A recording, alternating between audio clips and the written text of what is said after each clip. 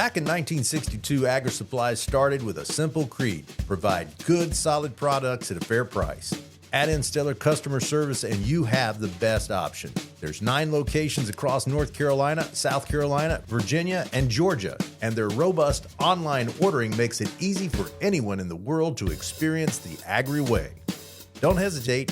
Go to agrisupply.com to find just the product you're looking for. Don't forget that Carolina All Out has merch. New designs are dropping on a regular basis. Show everyone you are proud of the NC outdoor community and a devoted follower to NC's #1 hunting and fishing show. Go to carolinaallout.com/shop and get your hats, shirts, flags, and stickers or koozies today. It's the Carolina All Out Fins, Fur, and Feathers podcast with Chris Douglas, where the conversation covers all things in the NC outdoors pertaining to hunting and fishing. Like and subscribe to get all the hunting and fishing info from the top guides, locals, and conservation agencies. Hear from biologists and professionals in the field about what things matter to you most. From the studios in Lemon Springs, North Carolina, your host, Chris Douglas. And welcome to the Carolina All Out Fins, Fur, and Feathers podcast, brought to you by our friends at Carolina Cooker. This is where people who love the outdoors come to find out about the great state of North Carolina and what she has to offer in the hunting and fishing space. I'm your humble host, Chris Douglas. Sitting in with me is Josh Lawler, who affectionately we call Ole Josh. Don't forget that. It's Ole Josh when you see him at the Dixie Deer Classic this year. Old Josh. It's And old Chris. Josh. And old Chris. Anybody who wants to be an old. Because, man, that's what people are in North Carolina. We're old this and old that. So we appreciate you guys joining us. Josh and I have been talking about questions that had been posed to us in the past and also some curiosity on his own front. But we wanted to kind of introduce myself as the host of the show, but also the background of Carolina All Out. And I feel like the best way to kind of give the background of All Out would be to talk about my background right from the beginning. So in the earlier podcast, we talked about my beginnings here and my love of hunting that came from my family tradition, as well as just growing up on a farm, and then moving right on up to the point where was it we were at? Talked about having a family. Yeah, and leaving that family for the first time. That's right. To miss a pronghorn after you've put all that time into it. That's right. Yeah, we missed our dear friend Skip Valentine, and Skip's a really good shot. And it wasn't his fault so much the way the buck rolled up. You couldn't have imagined that the buck was going to come up the hill straight to us and then standing literally in front of us. And Skip had to lift his bow far enough that the wheel hit the top of the roof of the blind that we were in, and that threw his bow off, and we missed the buck. Very disheartening, but still exciting for me. I was absolutely stoked to the max over that sort of stuff because I just, videoed, a classic Western animal. Mm-hmm. And antelope they were fun. I mean, since then I've been able to hunt antelope, and that's just a blast. But nevertheless, Josh had posed a few questions to me about family and how important family's been, and that's going to always be an underlying theme in these podcasts and the shows that we do. Is family is extremely important to me. It's everything. I mean, as much as I love the outdoors, and as many times as I've probably lost sight because of my passions that have driven me, I have to keep coming back to family. Of course, God first, and then family second. But on this earth, as far as an earthly thing that's going on, family is everything. I was going to say, it's like, I would say that I'm absolutely crazy about whitetail hunting myself, but if you have nobody to share it with, it doesn't really mean anything because, it's like, honestly, I would consider you family. It's like, I'm calling you. That's right. Calling my dad.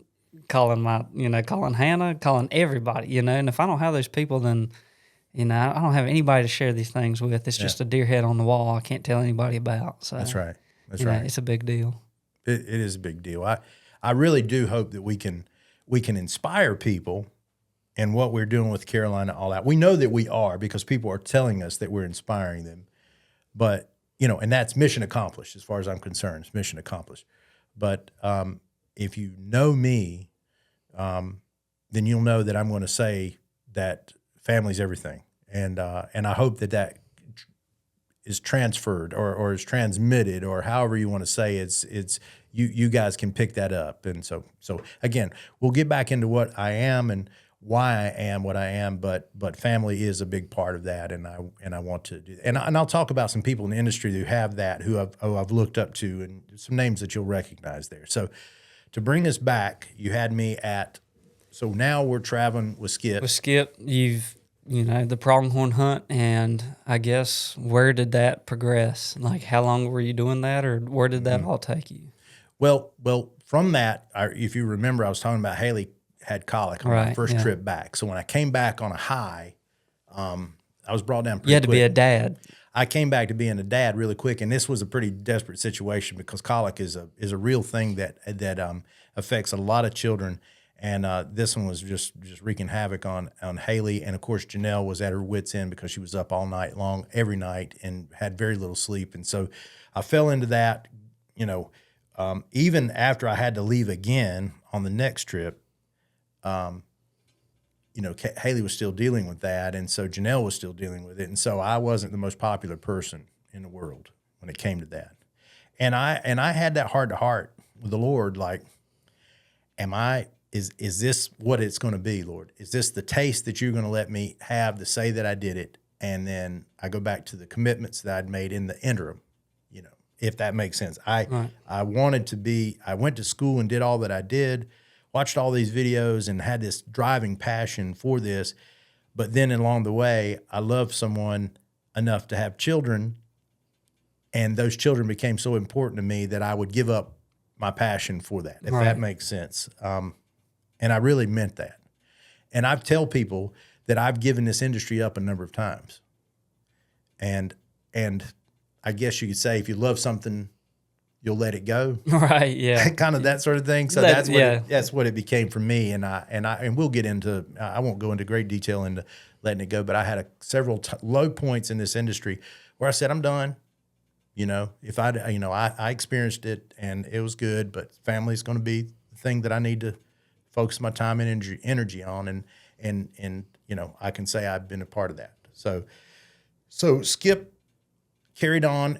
We produced a show that became known as Outdoor Expeditions. That was the show, and so Outdoor Expeditions aired on.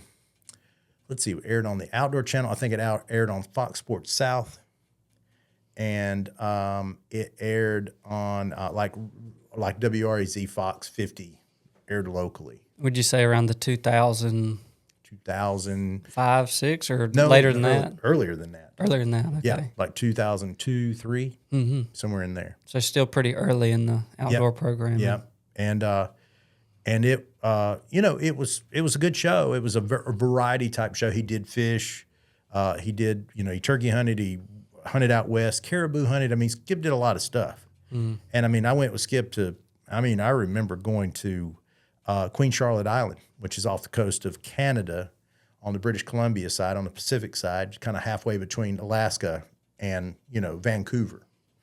And we went, we had a black bear tag and Sitka blacktail on that island. It's a great, beautiful island. And it was just an unbelievable experience. I was so happy to have been able to experience that. But those were part of the deal too, and it was bow hunting, and Skip was a big bow hunter. So there was just a lot of adventure and a lot of predicaments, and when you were Skip, you get in a few, and so we did, and we survived them, and so here we are, alive and well. But from that, I met some other folks, and that's how it works in this industry. You meet people, and because you have a very unique craft that they desire, you get a lot of propositions and that sort of stuff. And so I met a group out of Snow Hill, North Carolina, Donnie Blizzard, and his outfit is called Whitetail Adventures. And so Donnie's a tobacco farmer, very successful tobacco farmer down in Snow Hill, Stantonsburg, and huge tobacco farmer. And Donnie had this outfitting business that he did. He outfitted in Mexico. That was predominantly Mexico, but he had concession that he did up in Canada, and he was branching out to Kansas and some other places. And so he was wanting to promote his outfitting business, and I had the skill set. And so he thought, and the money was available, so he thought we would just create a TV show. First of all, it started out as just some promotional videos, but then, hey, we could have a TV show. Might as well. Yeah. Whitetails are king. Whitetails have been They king are, for a long time. I mean, you know that today. Whitetails king. Even larger than that. It was ducks there for a little bit. Right. You Yeah, know, that's for sure. Yeah. Back in like 2014, 13, around there. But now it's deer for sure. Yeah.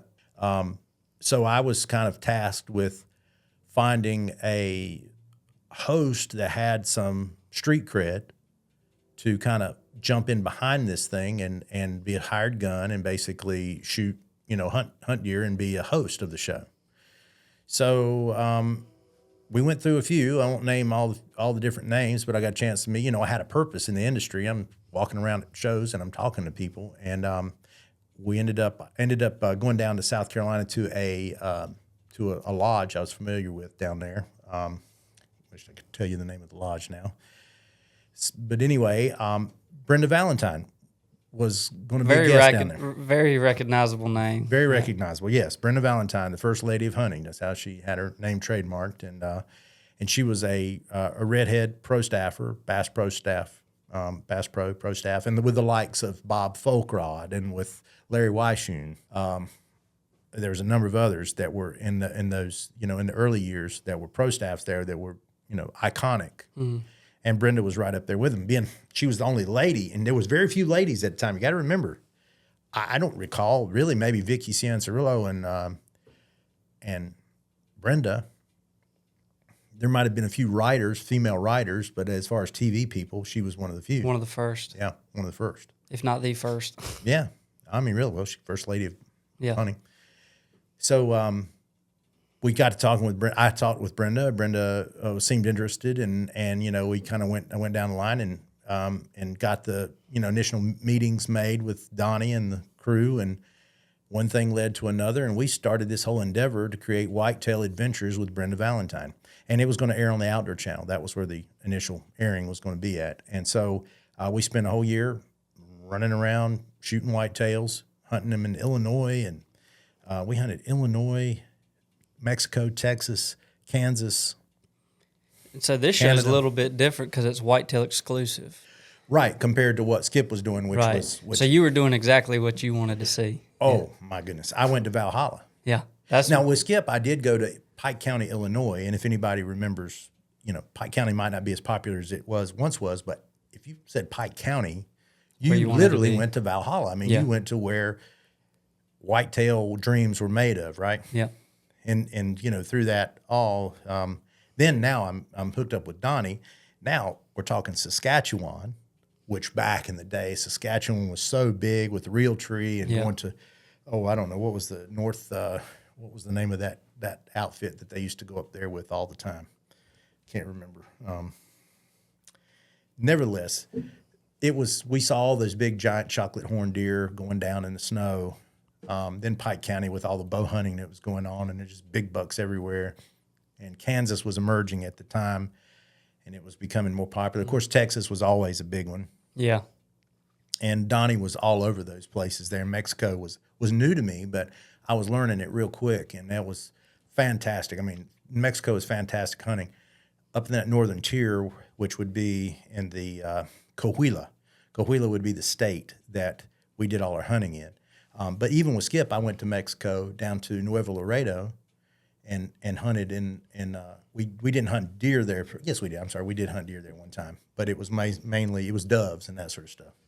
So anyway, I had some experience there. We got into that sort of thing with, now Brenda's on. We were shooting the openers. We were doing all the production work. And so we went into we went into it. We were full on, and we went into our show started airing third and fourth quarter.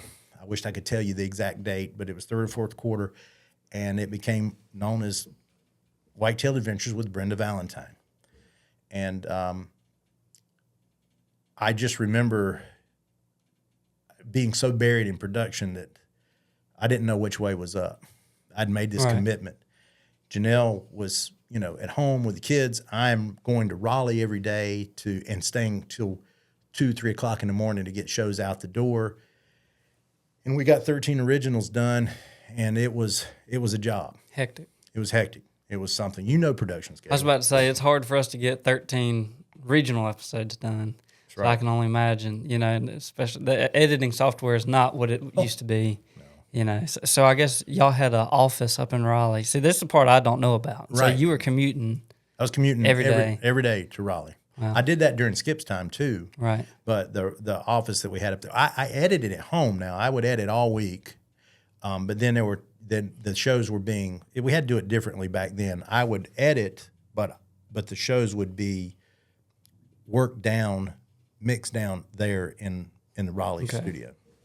So I was working with Greg Snyder and those guys up there, and they were great, and got to know them very well during that time. I spent a lot of time up there, I just remember a story I can say. I remember I was just so tired and driving back from Raleigh about 3 o'clock in the morning, and I just couldn't keep my eyes open any longer, and I would actually run off the road a couple of times. This is before rumble strips. Right. And I remember pulling up on the exit, stopped, looked both ways, pulled on the other side of the exit on the down ramp, pointing downward, and just pulled off on the side of the road in a little place. We used to see trucks will park and stuff like that. But my car is still pointed down the hill. And I don't remember anything. I just fell asleep, I guess. And then all of a sudden I woke up and the car was rolling. Really? And I had fallen asleep without putting the car in drive. Without putting it in park. So just foot on the brake. Foot on the brake. And so I don't know if I was asleep seconds. I don't know if I was asleep a long period of time, but when I woke up, I was rolling. Right. The car was rocking because I was rolling. And I woke up then. I was too That was petrified at enough for that you. point. I was like, yeah, I gotta change this. Was that the start of that? Because even me and you have done that a couple of times. Mm-hmm. I mean, it's amazing what, 15, 20 minutes of sleep will help you out. Yeah. Just to shut your eyes for a few seconds. Well, yeah, I used to be that guy that was like, I got this. And even then, I still ran that hard. I was young then. I was in my 20s then, and I ran hard for a lot of years. But at some point in time, I couldn't tell you when it was, but I said, I don't have anything to prove to anybody. I will pull off on the side of the road, and I will put it in park where the door's locked, and I will go to sleep. Yeah. It might not be the safest thing, but it's much safer to me than Running off the road and killing somebody or myself. So that's good. But anyway, I digress. We've got this show going on. We're traveling all over doing whitetail hunts, and the shows are being received very well. And it's hard to tell back in the day, especially we really weren't getting ratings. We were just getting word of mouth, and we were airing 3 times a week. And I was catching the show. This is on satellite, so I'm catching the show from time to time to see what it looked like on satellite. And I'm hearing from other people, from Brenda and other people, that they're hearing from other people. They're saying the show looks really good. So that was but you don't know. But I just know that I was working my butt off to make these shows look as good as I could. And I was watching other people's stuff, and I felt like ours was comparable. Although we didn't have a lot of well-known people involved. Brenda was the most well-known, and Donnie was there, and some of the other guys that were hunting. But nevertheless, all that went down, and it came time for the Outdoor Channel for SHOT Show, basically. SHOT Show was going on actually right now in Las Vegas, and it was going on in Las Vegas as well. And I had made some comment the year before. I was like, just remember when we're up for an award that you don't forget me, and I get to go to the awards banquet and get up on stage. Right. That was just kind of a somewhat tongue-in-cheek, but I was serious about it, because I felt very strongly that we had a pretty good show. I'm not arrogant, believe me. I try not to be that way, but I just felt like as much as I worked and watching our show in comparison to others, we had a pretty decent show. And you put a lot of work into it, obviously. Ton of work. And we killed some nice deer. Yeah. And we were in different places across the thing, and it had a nice ring, Whitetail Adventures and all the other sort of stuff. So anyway, that all went down. Maybe somebody listening to this can remember that show, but my hand was all over that one.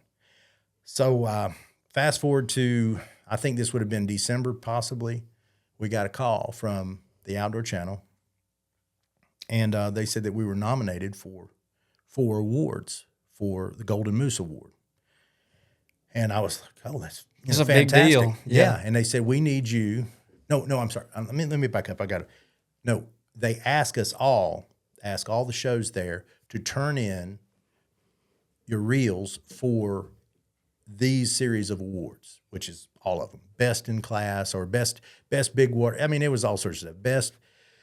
Best big game footage, best opener, best this, best that. And so you gave your best of everything you had. One of them's like the fan favorite or popular vote or something is the big one. Fan favorite. Yeah, that's Okay. the big one because that's the one they don't vote on. Right. That's the one that they put out in front of fans, and the fans, they put it on their website and they were running ads on the day-to-day on the run of schedule.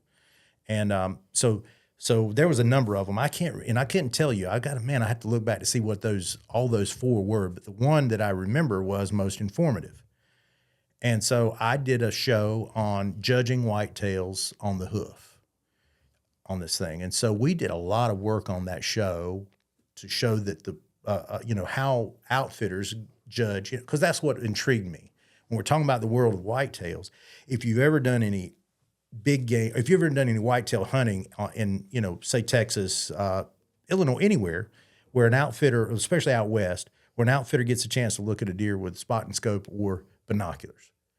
And I was always amazed. They'd be like on the steering wheel looking and a buck standing, in a Sendero, and they'll go 137. And it would be spot on. And the guy would kill him the next day, and he'd be 137 and a half or 136 and 3/4. Yeah. I was just like, how do you do that, And so, I started learning how to do it, got pretty decent at it. But then I wanted to do a show on that. So we did a show on it, judging whitetails. And from that, we had this little thing that we took a whitetail and we spun him around into 360 degrees, and it was called JTB, and it was judge this buck. And you had 10 seconds on the show when you're spinning this buck to judge what he was. You wrote into the website, and then you got drawn. If you got the closest one, on the money, if there was multiple ones, they got drawn for, I forget what they got drawn for, maybe a custom rifle or something like that. Right. So that was a big thing. Actually, Realtree picked that up and started doing it later on. Very informative. Yeah, informative. I felt like it was fun for people. You wouldn't believe it. And it's useful.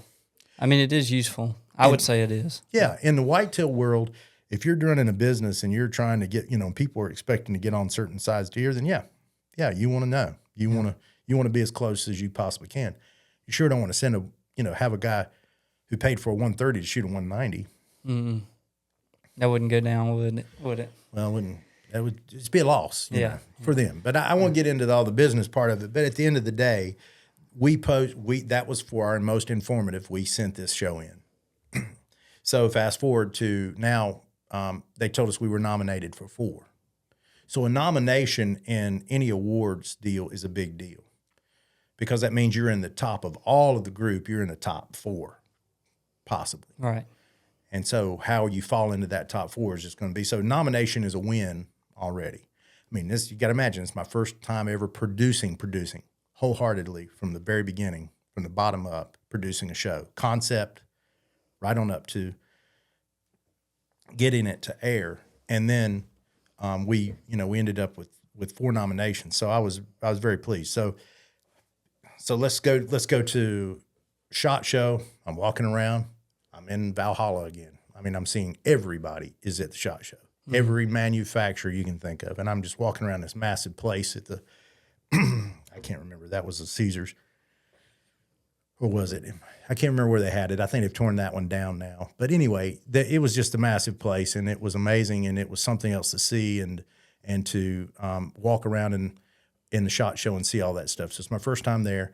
The Outdoor Channel's hosting their big banquet, and they're going to have their deal. So I forget where it's at. It's down there in one of those ballrooms. We went down, and there I'm looking. Now I'm really looking at the condensed version of everybody. So now I see Mark and Terry Drury. I see Bill Jordan. I see Michael Waddell. I see this is before Lee and Tiffany ever came on the scene. They weren't around. Right. They were, but they weren't. And if they were there, nobody would have known who they were at the time. Yeah. And some of the old ones, Roger Ragland was there. there was just so many guys that I had watched over the years that were all there at this thing, and they were all up for awards. That's why they were there. People I grew up watching now. Exactly, You're starting yeah. to get into that era. Yeah, I'm up in that era. So now, they're making the announcement. I think what country music star did the concert there? Aaron Tippin. Okay. He did the music. He did the concert for it. But nevertheless, we're there. I walk up to Mark and Terry. Actually, they were sitting right next to us, and we got up and they remembered. And I'll say this, that I actually had met Mark at an ATA show a couple of years earlier at his booth. I was kind of touching on that, but I was with Skip at the time, and we had walked around and that sort of stuff. And I met David Blanton, all the guys that I'd watched all the time.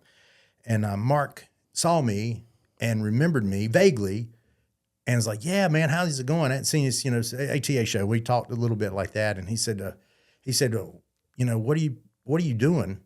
And I said, "Well, I produced the show with Brenda Valentine. It's Whitetail Adventures, So this is a big deal for me." He's he's saying the name of my show, of the show that I produce, He goes, "I love it." He said, "Great stuff, man." He said, "You guys really work hard." So Mark is talking to me in a way that led me to believe that he's interested in me possibly doing some work for him down the line. And I was pretty excited about that, but I was really dedicated to this thing and seeing how far we could carry this stuff. So I really wasn't interested in that, but it was obviously a big deal for me to have somebody that I'd followed for so long, and then he's interested in me and what I can do and liked my talents and that sort of stuff. Now, this was just before. Now he's obviously on. When I talked to him at ATA, he was just thinking about getting on to it. As soon as he jumped on the Outdoor Channel, that was a level of production that they were doing that was really good. And so that helped things on the Outdoor Channel, and more people were jumping on board. And then he and Terry were looking at launching the new stuff. Right. Remember Road Trips just came along about this time. Yeah, and that was kind of cutting edge, just from what I know.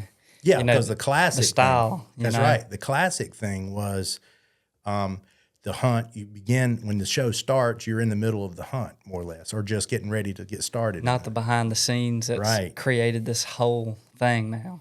All the vlogging and stuff like that. I'll give props to Michael.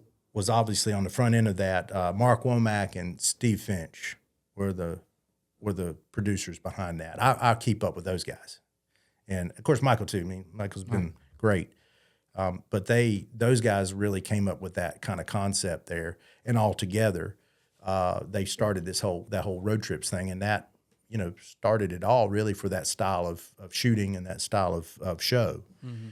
So anyway, that was coming on at the time. So when we So anyway, the awards came up, and one down the line clicked off, and I remember Terry was like saying Mark was saying best of luck to me, Mark Drury, and I was like, thank you, and I saw Roger Ragland, he was over there, and the same thing, and all these guys are looking at, we're waiting for the awards, and they're playing so each one comes up, and they say this one is up for nomination of this. And so they play a little video, a nomination of this, and there is my stuff. And all these guys that I followed are watching my stuff. And so they named them out, and we didn't win. And then we're up for most informative. And then here comes the show up, the piece up. And they said, and the winner is Whitetail Adventures, Brenda Valentine. So, of course, Donnie and those guys keeping the promise, I went up with them. You got up there. I got up there with them. And I felt like that was the right thing. Right. I didn't feel there was no imposter syndrome going on there at that point.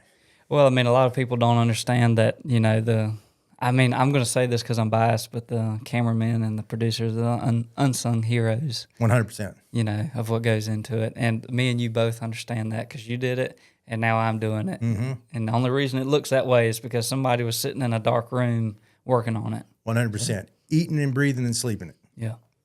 I know you are. Whenever I see the shows and they come back to me, I'm like, geez, well, it looks great, man. And I mean, I know he put the work in there. And I get it because I was there. I wanted to cry sometimes. I was there so bad.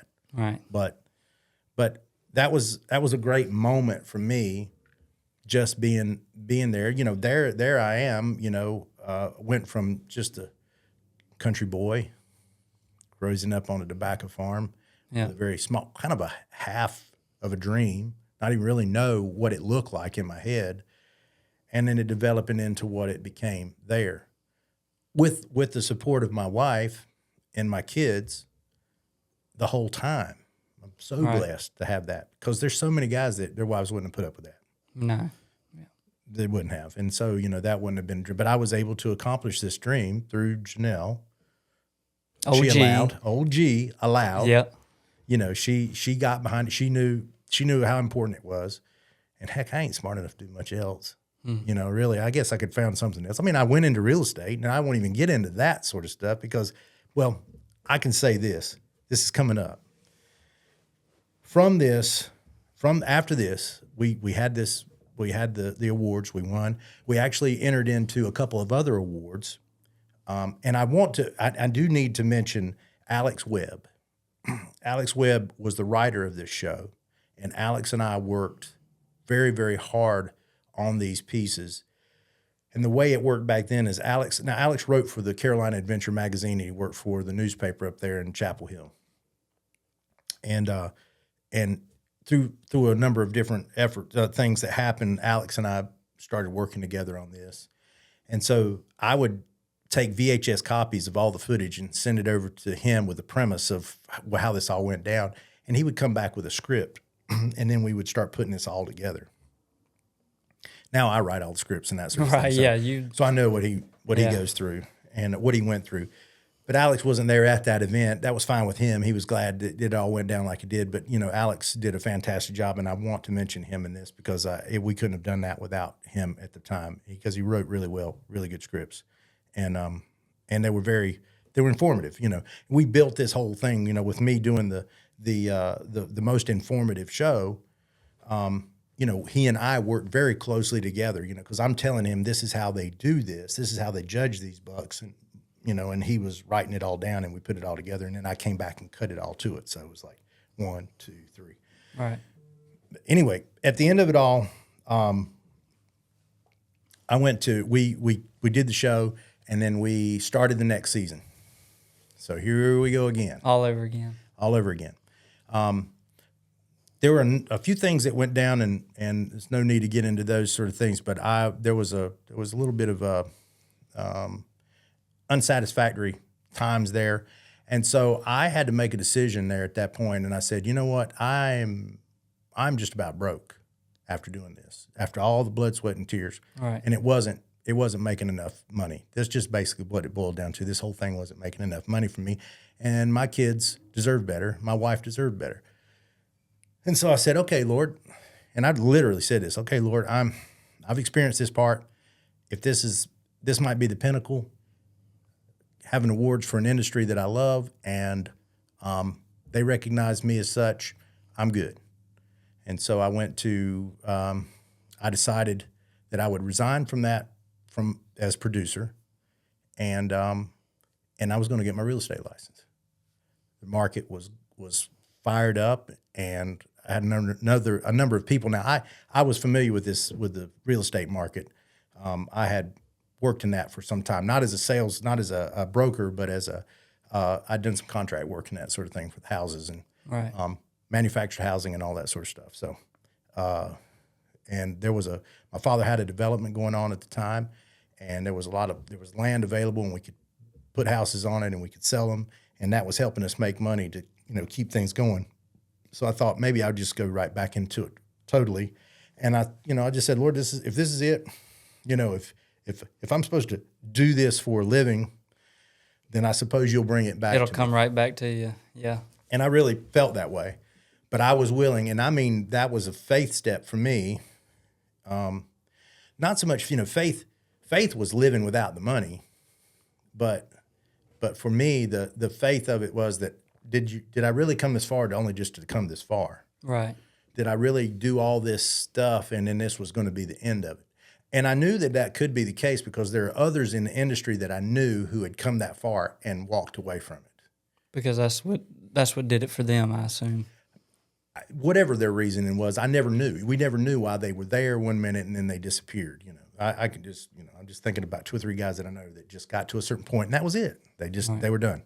So I when I went and got my license, I resigned, and Donnie and those guys were like, well, would you still at least cut portions of the show hunts for the show, because your hunts look so great and it really helps. And they felt like they could get a producer and everything. And I said, yeah, I think I could.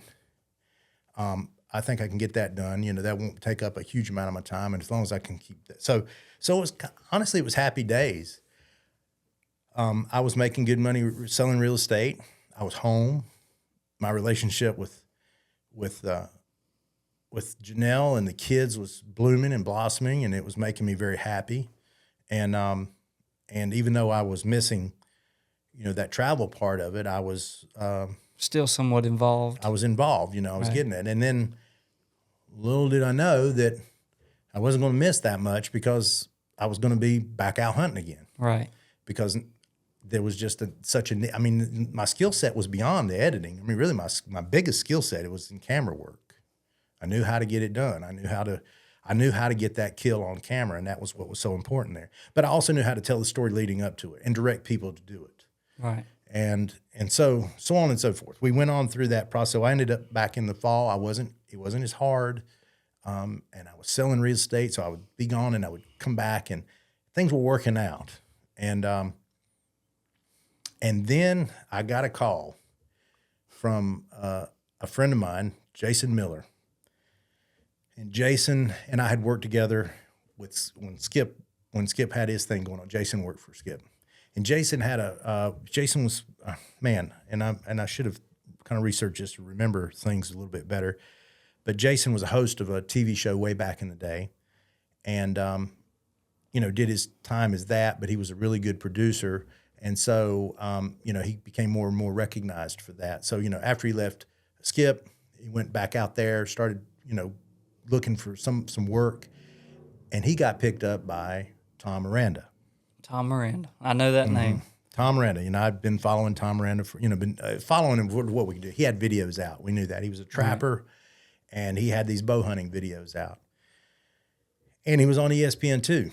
And ESPN2 was a big deal back in the day. And there were some really nice shows on there, very well-produced shows. And, you had the Outdoor Channel coming up through the ranks. But, it was ESPN2, which was really the top-end shows, as, really nice shows. And then you had TNN out there, and that was going on at the time.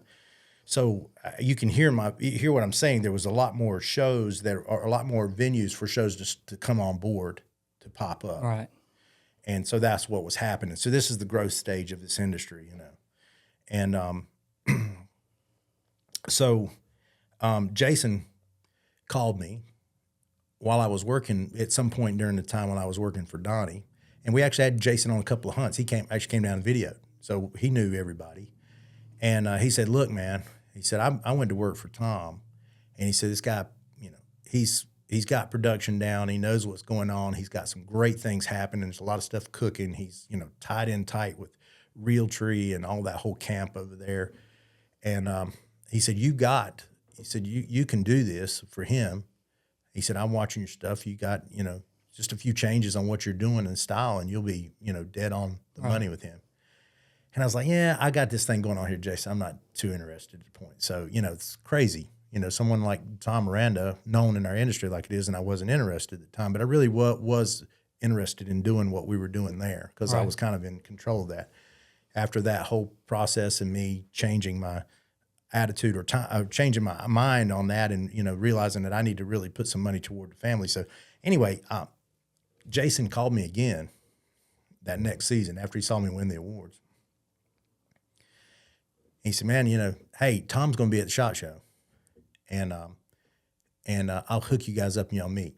So Tom and I met over the place and talked, and it was flattering again, right? That he was, knew who I was, yep. And although very little, but he, according to what Jason said, that he, I was the real deal and I could do the work. And so he said, yeah, we can. He said we pay really good, and it all sounded interesting, but that was kind of that. And then that second go round. The second season, I was like, maybe I could go and do, because it was working out here we had bought this building at this point. Right. So Things are going well. Things are around going here. well, And so I told Janelle, it's like, look, I could go and do some work on the road and get some nice gigs and have some extra money and all that sort of stuff. And she was used to it at that point. So she said, yeah, that sounds fine. So anyway, I talked to Jason again, and Jason got immediately on the phone with Tom, and Tom got on the phone with me. And he said, yeah, I'd like to send you off if you're good to go for the early fall, early summer for antelope hunt. And I said, okay, where do I meet you at? He goes, well, this is not with me. He said, I'm going to send you out. He said, I would typically have you here with me to vet you, but he said, you've been vetted by Miller. That's what he called everybody by their last name. He said, you've been vetted by Miller. And he said, I'm good with you. So I'm going to send you a package, and I'm going to send you plane tickets. So here we go. And now you're back on the road again. So here comes this package. I see ESPN2 on it and stuff like that on this camera, big camera. And I was fully used to a full-size camera. And it was a Sony, and I knew all the controls on that, so it was no problem. Tuned up, ready to go, batteries, the whole deal. Packed it up in cases and knew about flying. Nothing new to me, jumped on the thing. And he sent me to meet Gregg Ritz. Another infamous name in the outdoor industry. That's crazy. Gregg Ritz. I mean, were these guys that, I guess, obviously, we're not as big as they are now, but were they pretty big names then? Well, Gregg was big in the sense that he was promoted because he was president at the time of, actually at the time he had bought Thompson Center. Okay. So if you remember Black Diamond and some of those old commercials, Gregg was on those commercials. They were pretty stiff. But right. I'll take a little swig of coffee here, but anyway, I knew exactly who Gregg Ritz was, and Gregg had quite a bit of influence in the industry because of Thompson Center arms, and everybody was shooting TC guns back in the day, the old Encores and the old Pro Hunters. Well, Pro Hunter was just coming out at the time. I remember that's all that you saw back in the day. It's just Thompson Center, this and that. They gave so many guns away. Yeah. And so I am. I'm flying into Atlanta. See, I get to Denver, I think. Denver Airport. I'm there to meet Gregg at the gate, and there he is. It's Gregg Ritz. Right. And Gregg shook hands and sat down, and Gregg started asking me questions, and Gregg got to know. Gregg didn't know anything about me at the time, and I told him, the show I produced and everything. Of course, he knows Brenda. Brenda shoots a TC Encore or Pro Hunter. He knows the show very well. I know his guns, and I know the product very well, and all the pro staff. So we just spent, the next 3-4 days on the road. Going antelope hunting up in near Sheridan, Wyoming. Right. And we killed an antelope, and we went off pretty seamlessly. He recognized real quick that I had what it took to get those kind of shots done, and I was directing him. And when I got, I was really nervous too at the same time, because even though I knew what was going on, I wasn't sure what to expect whenever the footage was sent back off to Tom and everything. And evidently I got glowing reports because Tom, said you can go, you go back out with Gregg again. And so I spent a lot of time with Gregg during that time. But along that time, I also was out with Pat Reeve. I was out with Greg Miller. He was doing Whitetail Country at the time. So if you remember that show on ESPN2, or anybody that's listening would remember ESPN2 and the Whitetail Country, that had everybody on it. Right. Everybody from Realtree was on it. It was a Realtree show, and if you wore Realtree, you were on that show. Yeah. So everything from I met them all. Jackie Bushman, of course, Lee and Tiffany at the time, Ralph and Vicky Sansarillo, Jim Shockey. That was the first time I met Jim. So lots of new names coming into play now. Big names too. Big names, and so that was a whole new experience in itself. And I was meeting some great camera guys at the time, Jeff Parker and some of the old guys, but some mostly new guys. It was the new crew that was coming up. Was the new guard coming on, and I was part of that new guard, I guess you could say.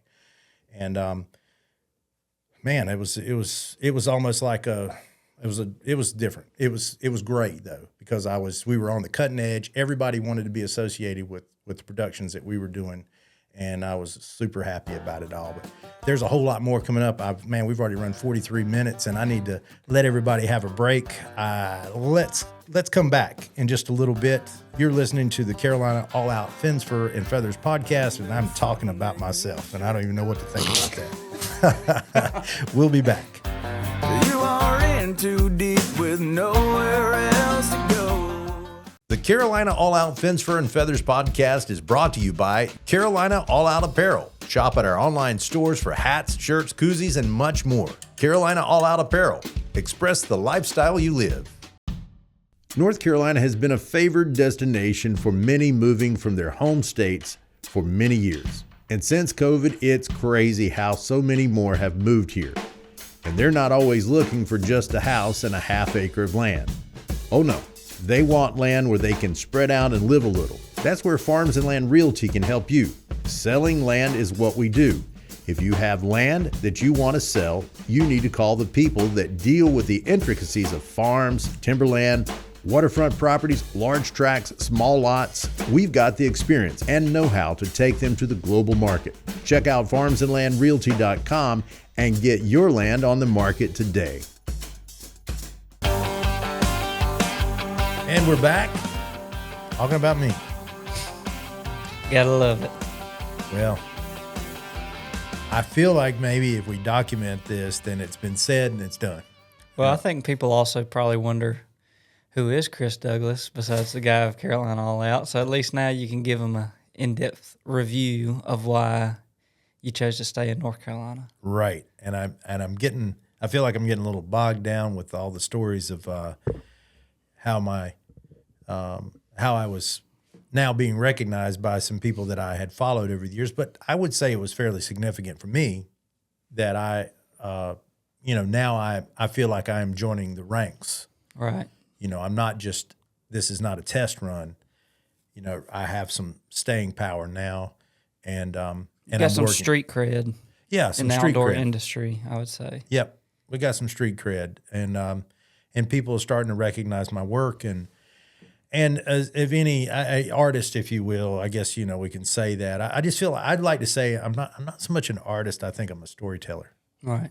I like to tell the story of the outdoors. And, now we're telling the story of the North Carolina outdoors, which is like the best for me. Right. Before we get into this thing, I will preface all this time that we've accounted for up to this point. I still had not, obviously I've said it before, family was very important at home, but I can remember, and Casey and I have talked about this before, and we'll talk about Casey because he's always been a ever-standing presence there. But we talked about how going to the airport during the rut. Now we're headed to Kansas, we're headed to Illinois, we're headed to some Ohio, some of the big buck meccas of the country, of the world, if you will. And we're headed to these places but we're looking at guys at the gas station with orange hats on, maybe a dog box, camo on, going down the highway, Casey, or coming out of now we've got trucks parked in the edge of the woods or wherever you see trucks, guys that are going in the stand. And I'm just going to tell you, I missed it.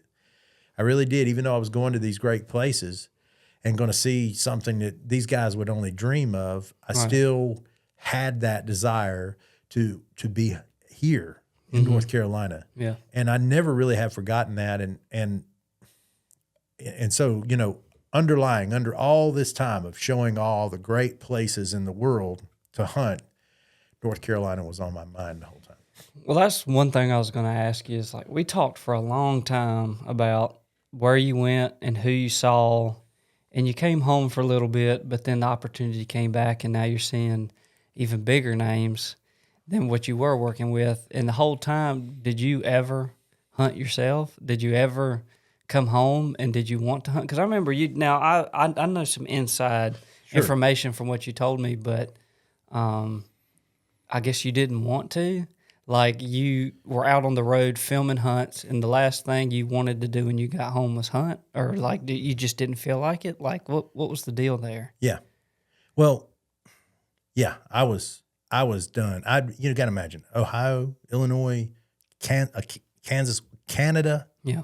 During the rut in Canada is ridiculous. You're going to spend in a hunt. You're going to spend 55 hours at below zero weather, sitting in a 4x4 box, and your Pepsi freezing in your pocket. Mm. And you just don't want to be sitting in the stand looking for deer anymore. And the fact is, when you deer hunt, it's a bit of a commitment. If you're deer hunting by yourself, if you shoot one, you got to clean one. You clean one, you gotta get his meat cut up, and you got to get him in the cooler, or get him in a cooler. It was just too much for me to try to pack into a few days home, and I didn't want to shoot a deer just to have to do all that work. I needed to be there with the family. Yeah, a young family. So it was. Yeah. There is a commitment there. So the times that you are home, it's like you're not going to go hunting. Yeah. Because you're just going to be right back out there. And I got and heck, I was so detached from hunting around here. I don't even know where I would even. I didn't have time to scout.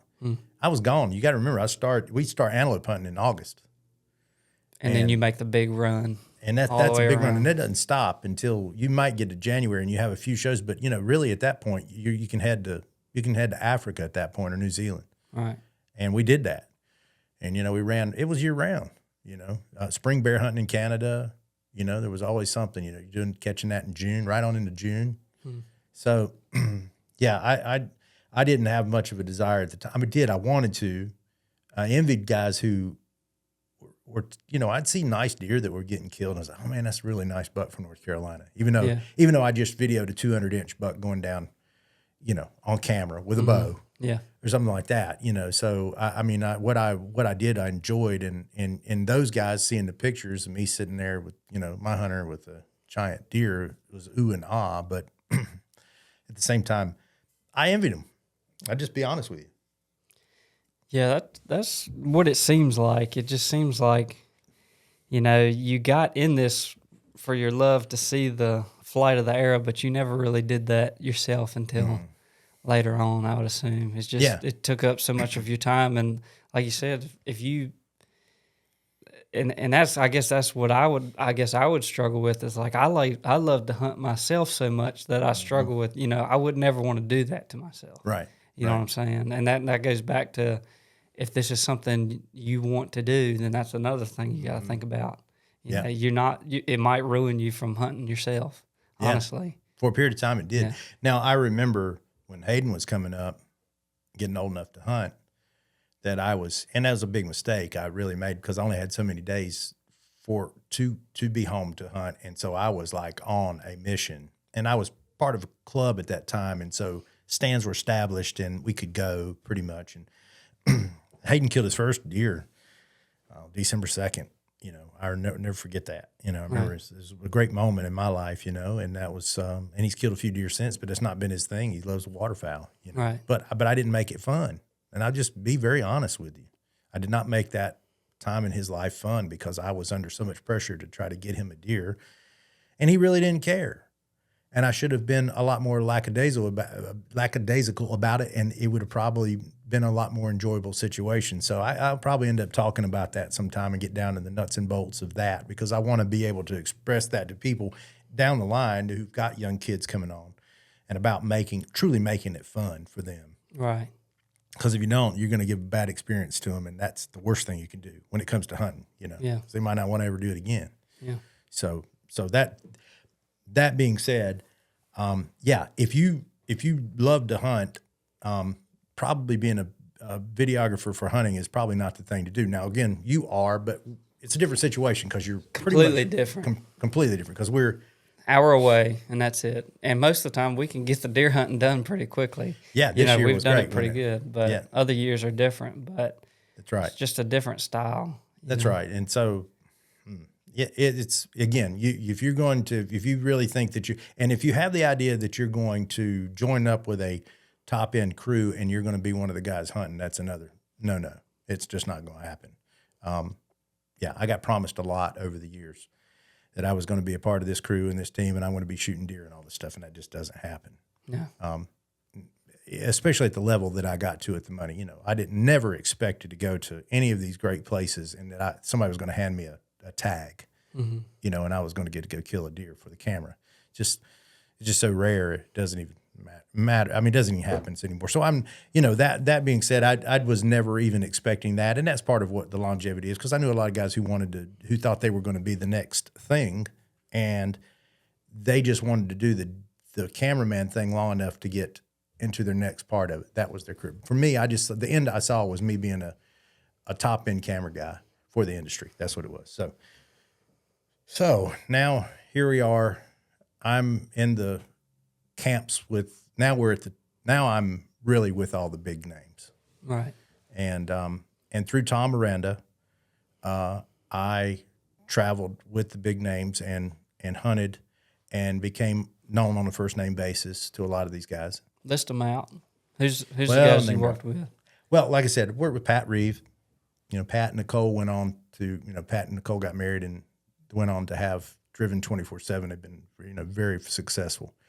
Greg Miller, a little lesser known, had a great show going on there for quite a few years, but he came from North American Whitetail. And Greg's a great guy, old Wisconsin guy. And Greg and I still communicate Facebook and that sort of stuff, you know, and you know, see Pat at shows and Nicole at shows and sitting talking G-Haw a little bit. You know, I'll be very honest that the more I'm out of it, the less influence that I have, but still, you know, I don't really call on these folks or whatever, but through it all, you know, if we're talking about names, Lee and Tiffany Lakosky, and I worked with them directly as a manager when I went to work at Wildcomm, and I'll quickly run into that later on. But you know, there's a well-known group of you know, couple there.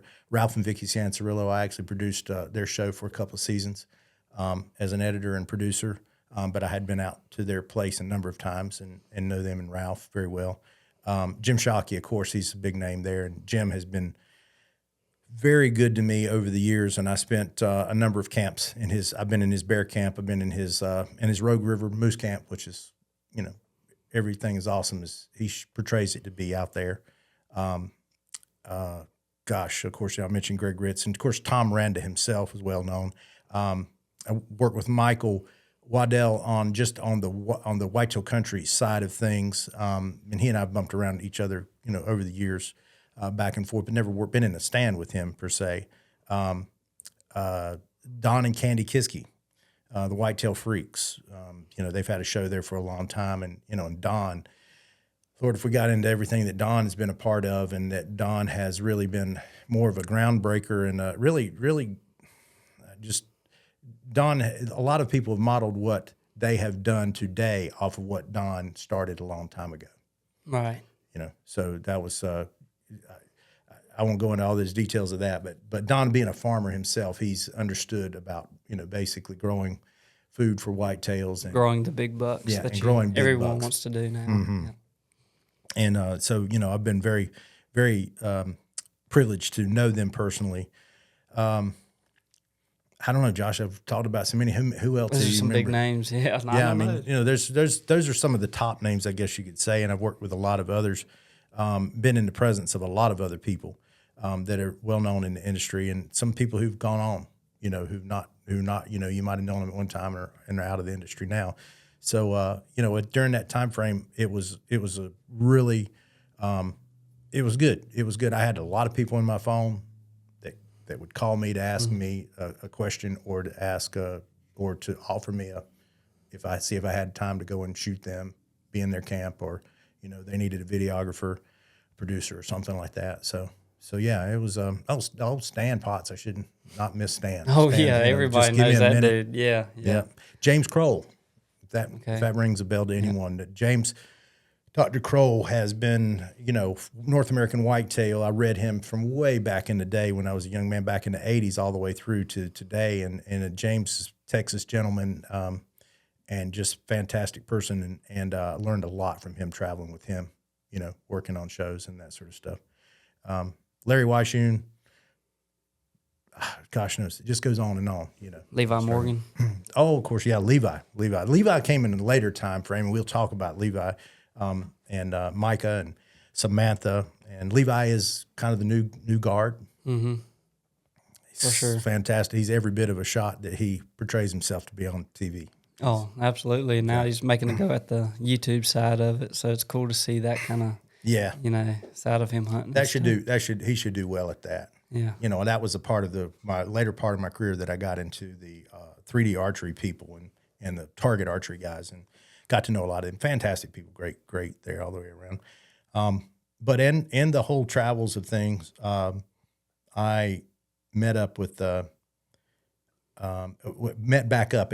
I went around in circles and hunting with all sorts of different people in different places, and Gregg Ritz pops back up, and he needs somebody to go out and shoot some stuff with him. So Tom put me with him for 2 years. For 2 years, I was his personal camera guy, Gregg's personal camera guy, and I traveled all over the place. And Gregg was shooting stuff all over with a muzzle loader.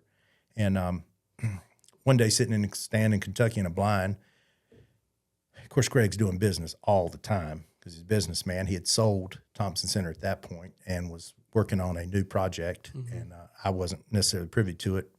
Heard thises and that's, but wasn't privy to it. Didn't know, didn't have any reason to know. But he asked me, he said, well, what is, talking in third person, because I do that quite a bit. Right, yeah. And he goes, well, what is Chris going to do? Where does Chris see himself at in 10 years or whatever?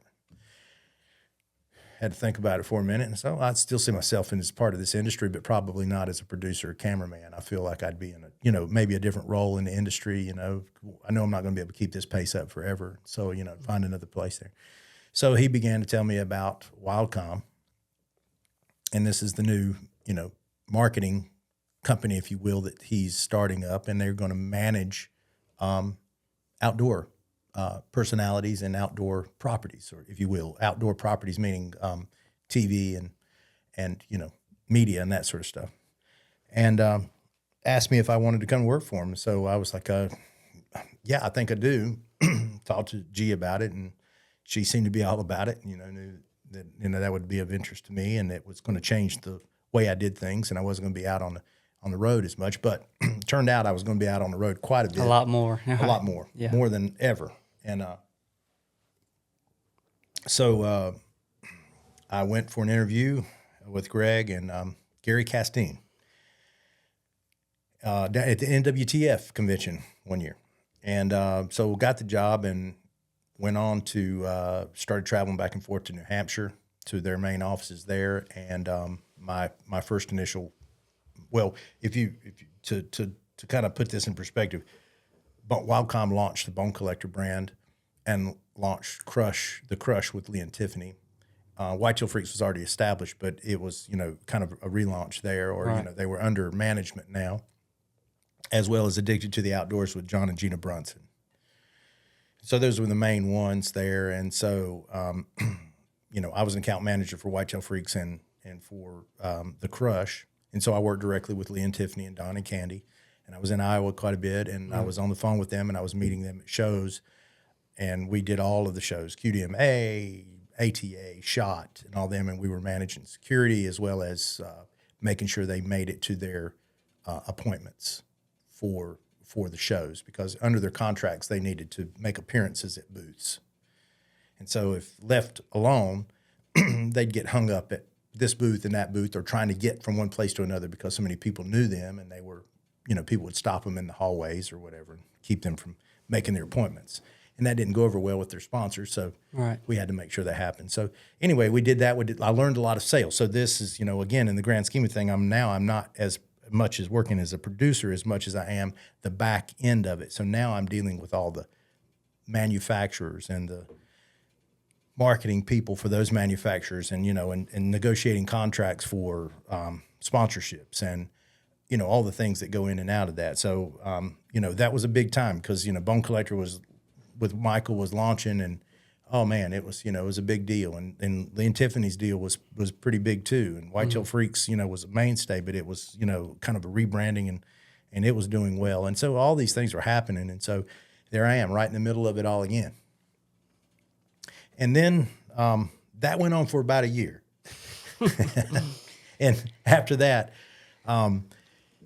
being the low man on the totem pole, one of the contracts kind of went away, and there was a little bit less to go around, and so there was going to have to be some cutbacks, which is typical for any company, and especially when the growing years. And so, so I was a low man on the totem pole because I had the least amount of experience. They had some serious heavy hitters with sales, and they let me go, laid me off. It was very amicable. I was really glad in a large way because I was traveling full-heartedly with Gregg, hunting, and then doing all the sales and traveling to all the shows and doing all the stuff I was doing there and back and forth up to New Hampshire. So that when that went away, I remember sitting on the porch with G, and I'd gotten the word, and I was like, oh man, and I didn't really know what to think at first, but then I just had a calmness come over, and it was like Janelle's like, what are we gonna do? And I said, we can do this. This is not nothing. Just going to keep on. Just keep on, Yeah. And so I called Tom up, and I said, well, I'm kind of back. I'm available. Instead of just being Gregg's, guy, I'm available again. And he said, well, I need somebody to video me right now. I'm in between shooters. So be it, here's a plane ticket or book your plane tickets for, I forget where we went first. And then we started traveling together. And during that time, Tom was on a roll for shooting his Super Slam, which is the 29 North American big game animals, but really didn't have it really formulated at the point. He was doing videos because, he had his whole series of adventure. Well, it wasn't Adventure Bow Hunter back then. It was Advantage Adventures. And then I think he was creating that new Adventure Bow Hunter series and all of that. So he was going all over the place. So through that, he and I got to talking about the Super Slam and, kind of a revival of Tom and kind of a rebranding of Tom. And so, one thing led to another, and Tom went on to, I spent, the last, 4 years helping him finish up his Super Slam. Now, for the people that don't know, how many of the big game animals do you have under your belt? Like how many have you? I got 23. 23. 23 of the 29. Yeah, and that's a pretty big deal. That's a lot of them. Yeah. What are you missing? I'm missing a few sheep. That's right, yeah. And I'm missing a white bear, polar bear, and some of the hardest ones. yeah, some of the ones, the hardest ones. I think for a while I had the record, and then my buddy Jeff Parker, he's still shooting today, and Jeff went on to, I think he's got almost all of them. Right. And there needs to be an award for that because there should be. Yeah. It really is. I mean, because he's documented just some serious travel. I mean, 23 of them is a lot. 29 is over the top because you've done a lot of work. And I say this all the time when people talk to me. They're telling me about a place they went. I say, oh yeah, I went there. I was in the Canadian Rockies doing this. Yeah, you can't tell Chris anything. Now Chris might, differ, but you can't tell him nothing if it comes to hunting. And I think there's a little bit of foreshadowing coming because, I assume all the things that happened throughout your career and Wildcomm, and then especially all this experience you got, is now, in my opinion, helping you do selling this show and doing this show. I don't think you could have done it if you didn't have all this. I don't think so. All this knowledge and stuff like that. And now, seeing a desert sheep, you have that one, right? Yeah, I do have desert sheep. Seeing that one get killed may not help you here, but just all that experience. Like I said, you can't talk to anybody without being able to relate to something with the hunting field because you know so much about it. I think that's. I agree. I mean, thank you, but at the same time, I agree that I don't even know if I'd have even attempted this had I not. If you think about it, I produced a show. I went through the hell of producing Whitetail Adventures, right? And since then, I produced other shows. But that was one that I had built from scratch, right? So now Carolina All Out, I built that one from scratch. I had that experience. When it came to sales, up to that point, I had very, very minimal experience in sales.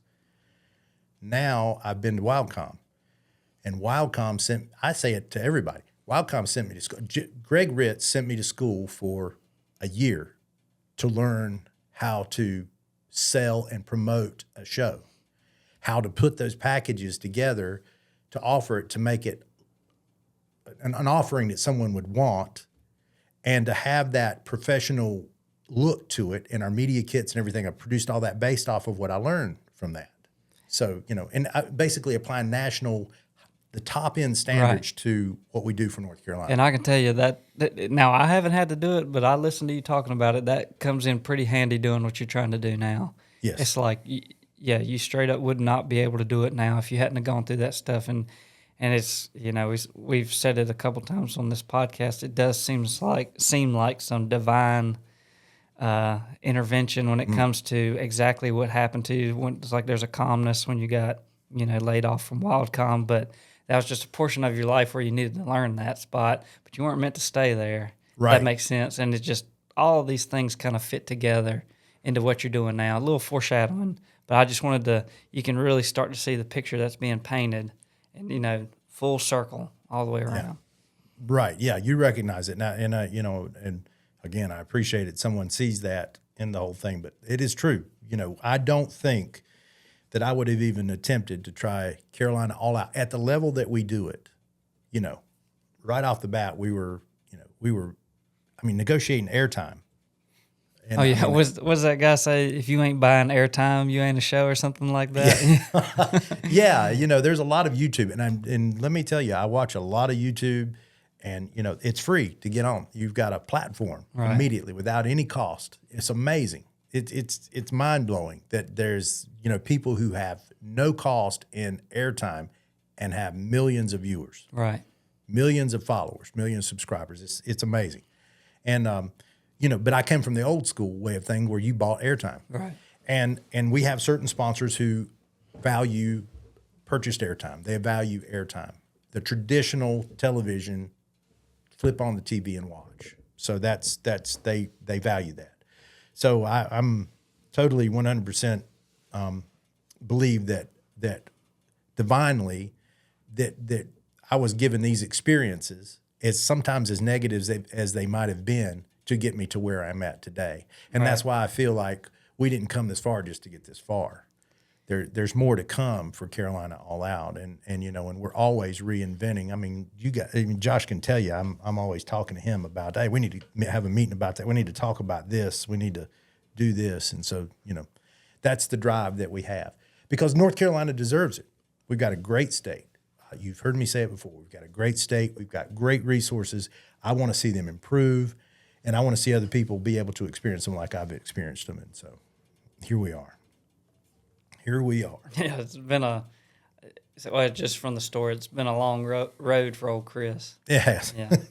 Well, being has been a long road. I know you guys are tired of listening to it. Let's go to a break real quick. We'll come back, and I will try my best to wrap this up. I don't want to condense it too much because there's important parts in it, but I do want to talk to you more about what Carolina All Out is all about. Stay tuned.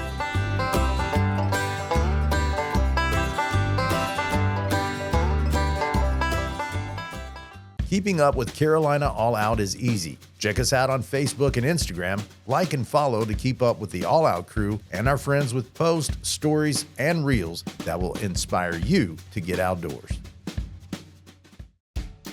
At some point in your life, I'm betting you have probably thrown a piece of bait on a hook into one of our great state's 7 amazing sounds. If you have, you know how magical they are. Well, that magic is under threat and has been for a long time. That's where the North Carolina Marine and Estuary Foundation comes in, an organization dedicated to improving management practices, educating the public, and developing practical solutions. They want to see North Carolina become the premier fishing destination in the country. And I do too. Visit ncmeffoundation.org to learn more about this wonderful organization and how you can do your part in protecting the 7 jewels of North Carolina and a whole lot more.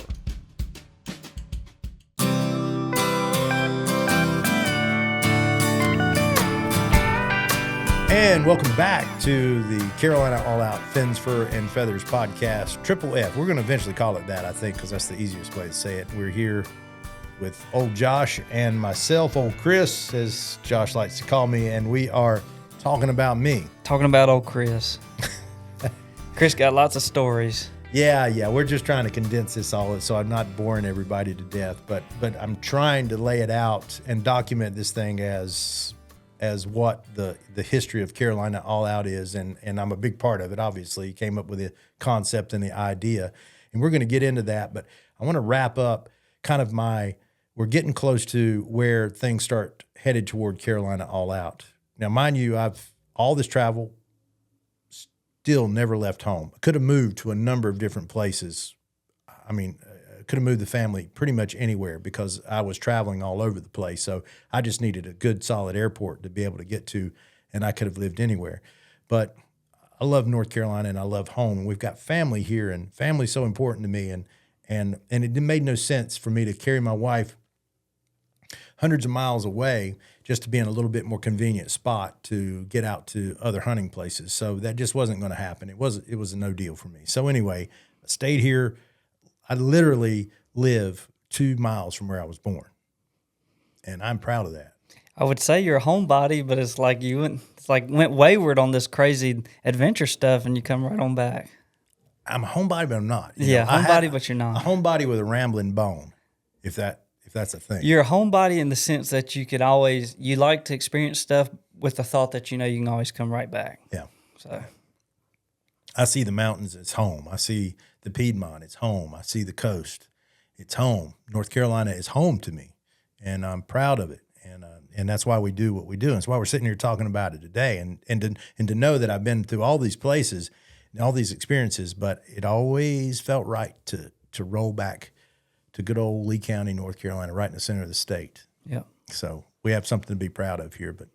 But yeah, where we left off with was I was working with Tom Miranda. Now I'm working personally as his camera guy, and Tom and I traveled all over the place. Finishing up his Super Slam. Super Slam. Again, the Super Slam, 29 animals might not sound like a lot, but you have to take into account the 29 North American big game animals and where they are. The polar bear being part of that, and of course they're in the Arctic. Musk ox. You're talking about, 4 or 5 caribou. All the sheep. The 4 sheep. That's desert big. That's horn. a lifetime in itself too. Yeah, that's called a grand slam. Right. And a grand slam. Now the Super Slam was pretty much coined by Chuck Adams, and Chuck Adams did it, with the bow. It could have been coined maybe a little bit before that, but he's pretty much when we started seeing Super Slam pop up in magazines and whatnot, it was Chuck Adams was the man, and so there's a handful of people who've done it with the bow, Tom being one of them. Tom is the only one to have done it all on camera. Every impact is on camera. Wow. On professional video equipment. And you've got a few on there. And at least the last 7 of them. Now, like we said earlier, I've got 23 of the 29, but that was with different, and that wasn't all bow. There was some bow, that was some gun. But when you hear me say, if you're talking about a place to me and I say, yeah, I've been there, I've hunted there, I truly mean that in the sense that, no, I did not shoot that animal. But by golly, I sat every hour in that tree stand or on the side of that mountain. I froze. I ate, I froze right with my hunter. I sweated walking across tundra with my hunter or in the desert, high desert, trekking up mountains. Well, just real quick, just because I remembered it, tell us about how you almost gave your life to being a cameraman. Well, that was on one of those trips with Tom. So we were on the Sunshine Coast in British Columbia, which is the mountain range right on the, if you've ever taken a cruise up the coastline of British Columbia, it's pretty much mountains all the way up along, all the way to Whittier, like you're going into Alaska. So when it's mountains all along there. Anyway, there's a Sunshine Coast there, and it's right on the ocean, but we were interior and we were hunting mountain goat. And so you have to fly into a mountain lake. Once you get to that lake, which is, high elevation, you get there, you start at a base camp. And we just had, base camp consisted of 2 tents. And so then there's basically a face up to a bench that puts you in mountain goat territory. Down there, you weren't so much in the mountain goat territory, but once you went up that face and got into that, up on that ledge and started there to the mountains up, and it's beautiful up there. It's glaciers, it's beautiful. But there's old snowpacks up there, and we're talking about snow that has snowed and it has melted and has snowed on top of it again and is melted, but not melted completely. So you've got these big packs of snow that have what we call moguls in them. They're like divots, and they're just a design of divots throughout that whole thing where it's just kind of snowed and made a little. So if you go down, if you were to slide down that thing, it's a bumpy ride down there. There's no smooth ride. And this what happened was basically we had to cross one of these snowpacks to get to the other side. So you've got shale rock, a shale slide, and this snowpack that's over top of it, and we have to cross this thing. So we've got, I've got camera gear, got pretty much everything I own on my back, a big backpack. I couldn't tell you how much it weighed at the time, but it was a lot. And so we've got myself, a guide, and Tom. And so the guide goes across, and what you're just digging in. You're digging in every step to try to keep. You don't want to slip because, the snowpack is straight off the end of the mountain. It goes off into nothingness down there below you, 300 or 400 yards. Right. So as the guide goes across, he gets over there and connects, we're using, walking sticks to balance us. And I'm always out of balance anyway because of the camera. I got a camera hanging on me, and this is, $60,000 rig with, on a strap. And it can't be just thrown like a chunk of lead because it's very delicate electronics. So you're always out of balance there. So anyway, Tom goes across and my turn, and I'm taking my time, and I get just a few feet from Tom, and my foot kicks out from under me. So I go on my side, I grab the camera real quick, it kind of bounces on the ground, but now I'm moving, I'm going down the snow slide down this thing. And, it's beating me up good because it's these moguls, and I'm bumping it, and I'm going down, and now I'm picking up speed. And I can hear the guys up there going, kick, So I've got this camera in this shoulder that I've got this jacked up to this day, and it's part of it. But I was laying on my side trying to get kicked over, and now the camera's flying behind me, and I'm not letting go of it, and it's jacking and jumping and twisting all over the place, and it's just wrenching that shoulder out. Right. And but I see that where I'm headed is in the nut. It's going to be into the air, and it could be 800 feet down Off the edge because the snowpacks just kind of roll off. Mm-hmm. They just over the years of snowing on, and I'm kicking. There's this little run of shale that comes into it where it had melted off, and I'm kicking as hard as I can to get to it. And they're yelling, "Kick!" And I kicked, and I'm going that way, and I think I'm going to make it, and I'm just about not to, but I hit the shale. So I'm sliding across shale now, broken up shale, and it's just shredding my pants. I got these pants on, it's just shredding them. Right. But I got stopped. Yeah. So I had to stand up, and I looked around. I still had the camera with me. It didn't go off the mountain. My gear was still with me.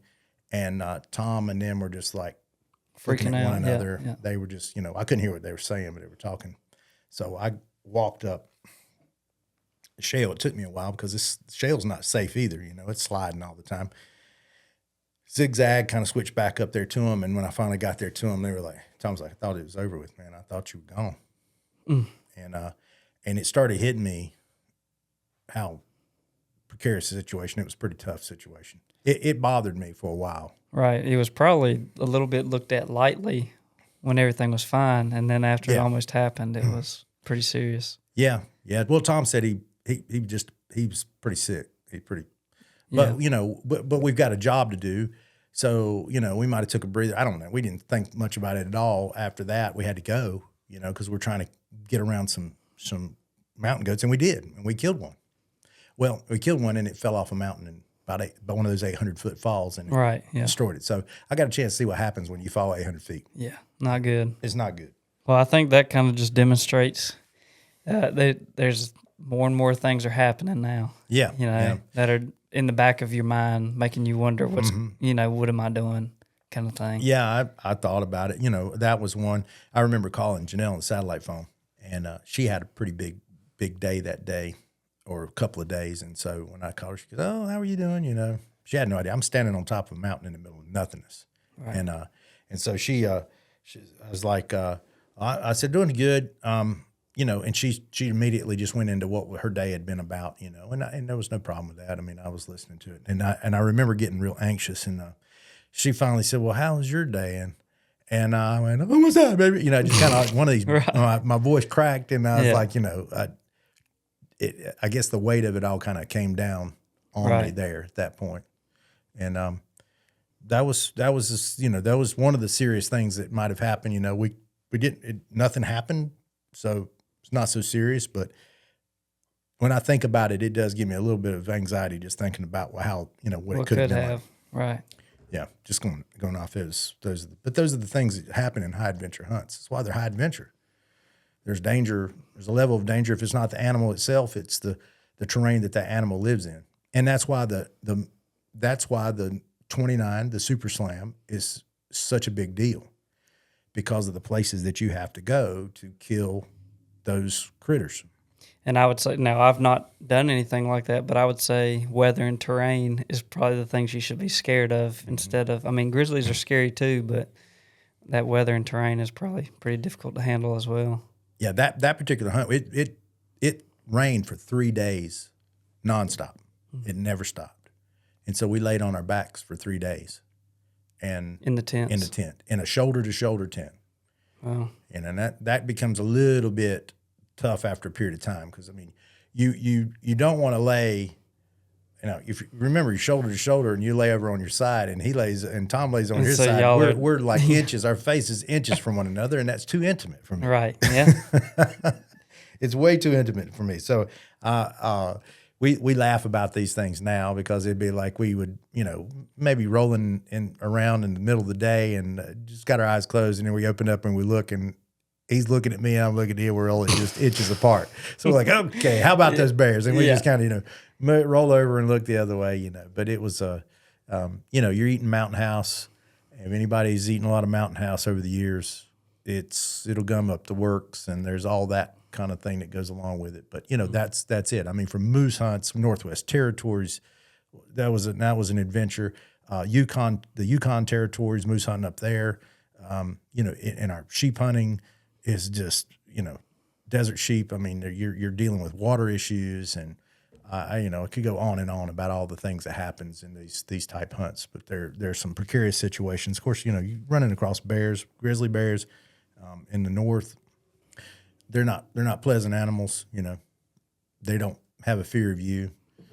Maybe a little bit, but it wouldn't take them much to figure out that they could, if they made a turn, they could get you pretty quick.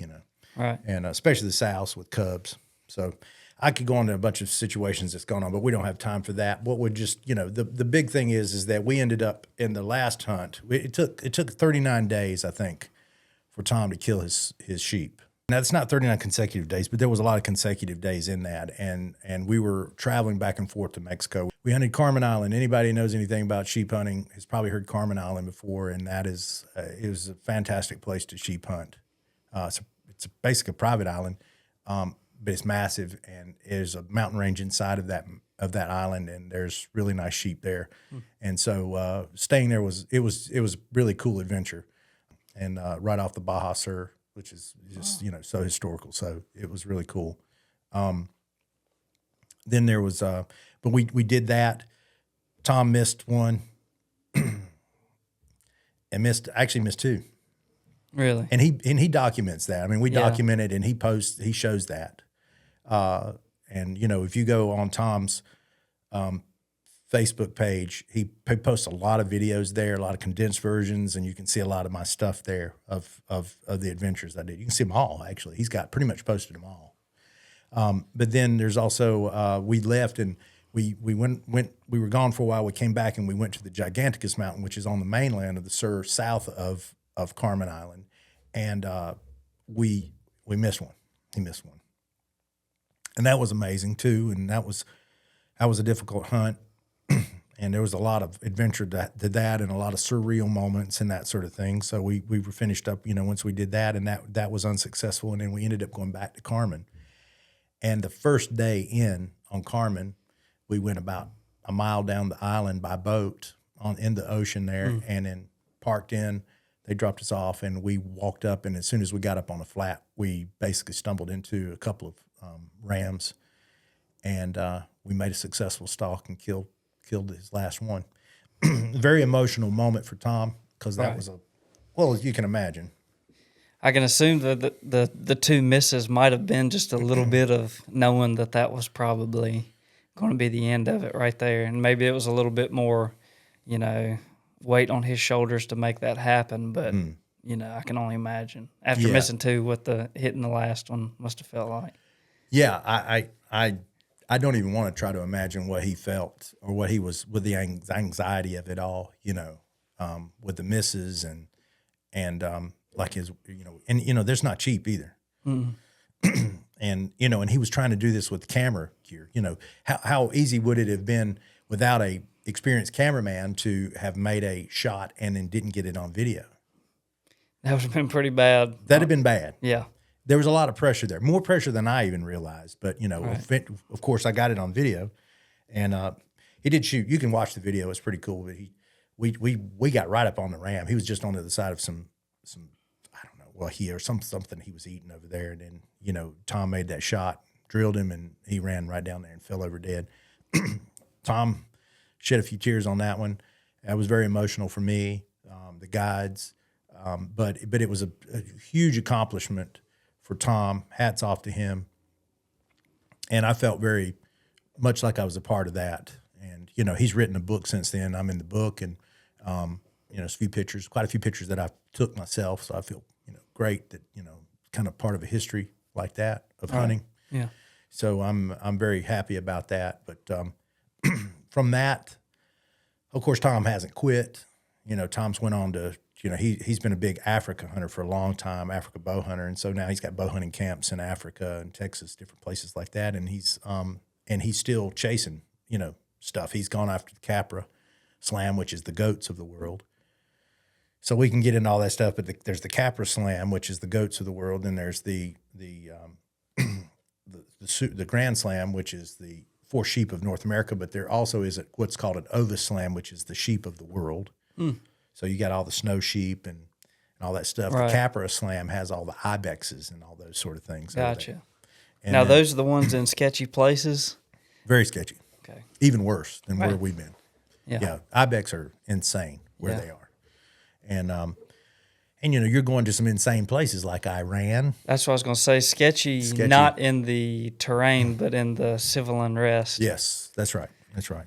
And Tom does Africa, and of course you got some sketchy places in Africa, and there's times, and we'll talk about them maybe in another podcast down the line, but I didn't usually have premonitions about hunts, but I had one about him going to Mozambique, and it wasn't safe, and it turned out that it was very unsafe, and it could have been possibly the end of me, right? The way the bullets flew and all the other sort of things. So we can talk about that another time. But all that being said, we've come to this point where Tom, I've helped Tom. I've been a part of Tom's finishing up his Super Slam, and now we're in the point where he's booking some nice hunts to go do to maybe upgrade some of his animals. Like a bigger moose or whatever. So we did quite a bit of moose hunting in Alaska and Yukon territories. And, there was some really, really big moments there. But through it all, that was the last run. So we're getting to the point where I feel like I'm kind of on the backside of my career as a high adventure cameraman. And I had a big 28-day or more run scheduled in Alaska, Yukon. Actually started out in Colorado, antelope hunting, and then we just kind of flew on up to the Northwest Territories, flew over to Alaska, flew into the Yukon. So I spent 28 days gone from the family. Very little contact with Janelle. She's used to it by this point, and through it all, I started having a real change of heart. The adventure didn't feel as strong as it did before. It was kind of, I've been there, done that. I didn't, really have I don't know. It was just something was changing there. And then we had a few charges. We had a really close call with brown bear in Alaska that could have really, really went bad. Right. And it was just, I'll talk about it another time. I don't want to be just throw that out there and then not finish it. But at the same time, it's just too much to tell. But anyway, that bothered me during that trip. And then we got into a few more situations where things were just kind of like that typically wouldn't bother me. I'd been so pumped up about it, but it was like that was not safe. And I was like, I don't want to be at this end of my career and then, I'm going to check out. Right, yeah. Do something that would mess you up for good. Yeah, yeah. And typically it's not going to be the thing, a bear's going to gnaw on you and you're going to die and, you'll go down in the history books as a hero. There could be more than likely you're going to get hurt and have, be disabled for the rest of your life. Yeah, well, it's been tough for you to pull a bow back at least. Yeah, well, because that shoulder. Yeah, the shoulder has been really bad. I've got two knees basically that are all to pieces, and this shoulder for sure. The other one's not that great, but it has had an effect on me, and that's from carrying a lot of gear over the years. I've been a pack mule for a lot of my career. As great as it may sound, it's been tough. There's a lot of other things you could do less worthy, but it is the truth. It's physically been demanding, and I'm paying the price for it now. But I'm okay with that. It's good. But that has had an effect. I didn't want to be that guy that was the camera guy that ruined the hunt because he had to be flown off the mountain. Right. Because he blew out a leg or something bad happened. So 20 some days in, by the time I made it back home, I came back and I told my wife, I told Janelle, I said, I'm done. I really think I think that's it for me. She didn't believe me. She's like, oh, sure. Yeah. You'll get over all this and then you'll be on a gun. I don't know. I don't really have that desire anymore. It's not pushing me. It's not driving me anymore. I just don't feel like I need that anymore. And that was it. Just like that. Pretty much just like that. I did do a few more whitetail hunts, and I worked like we were talking about. Went to work and did some work with Levi Morgan, and but nothing like what you were doing. High Adventure was done. Yeah, and I haven't looked back at that, and I haven't had to go to the SHOT Show in like a long time, since 2016. Yeah, and I haven't really missed that. At one point that was a big deal for me, and I really wanted to go. I went 16 times. Yeah. At the SHOT Show. It was a big deal until probably after the first or second one, and then you're just like, okay, now I'm on the floor for 3 days, 4 days, whatever it was. Yeah. So we're now I'm looking at, but look, I've still got plenty of good years ahead of me, and we've got all of this experience and all of this know-how, and it's like, what are we going to do? And always in the back of my mind, I've always wanted to do something about North Carolina, and now this thing starts to take shape. So I tell you what we'll do. We'll just make this a three-part one, because we're just going to get into so much more. It's going to get huge now. Yeah, now we're going to get into... This was the most important part. So that's right. So I think what we'll do is we'll call this one, and we'll make this a three-part series, and I promise we'll be done with the third one. I don't want to drag you guys through any more of it, but I do appreciate everyone taking the time to listen to this podcast. It's really the first podcast that we're going to be taking off with, but we've got so much more that's not about me, that's about this state and about the great people of this state. I was going to say, this is not the podcast in your typical sense. This is just like you have to explain those things for people to truly understand where you came from and where you got to. Right. You're not some ego-driven guy trying to make a show in North Carolina. You're truly doing it because you love it, and you love it because you've literally been everywhere else. Yeah, I could have done it about anything. Yeah, but this is in my heart. North Carolina is in my heart. It's home. It's home. It's like, if I can refer to the Outlander series, which the ladies might know that, but there's probably not many ladies going to listen to this thing. But there was a scene where Jamie and Claire are on the ship and they're going back to Scotland, and they see Scotland in the distance. And Jamie walks up and he out of the bottom of the ship, and he's seasick, and he looks at it and he goes, home. Yeah. And that's the way I felt every time that I walked into, or that I got on the plane, and now I'm flying and I can see North Carolina now. can see that I'm in North Carolina and I go home, and it's what it is to me, and I love it so much, and I'm so thankful for it, and so appreciative to the people who have helped make this thing a success. So we're gonna sign off from this podcast, but we do thank you for listening so far, and we hope that we're going to hit some things that's going to really interest you if this doesn't, because I know it's kind of long. But we're going to talk about next podcast. We'll talk about the real ins and outs of Carolina All Out, and why we're here and what we're doing, and the future of Carolina All Out. We thank you again. Stay tuned for more podcasts. This is the Carolina All Out Fins, Fur, and Feathers podcast.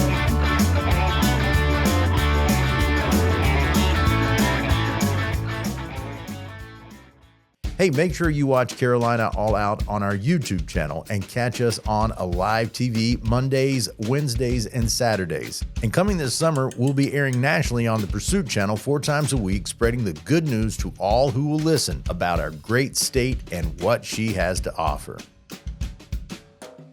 There's some things in life that just makes you feel good when you see it. And something cooking in an old black cast iron skillet does it for me.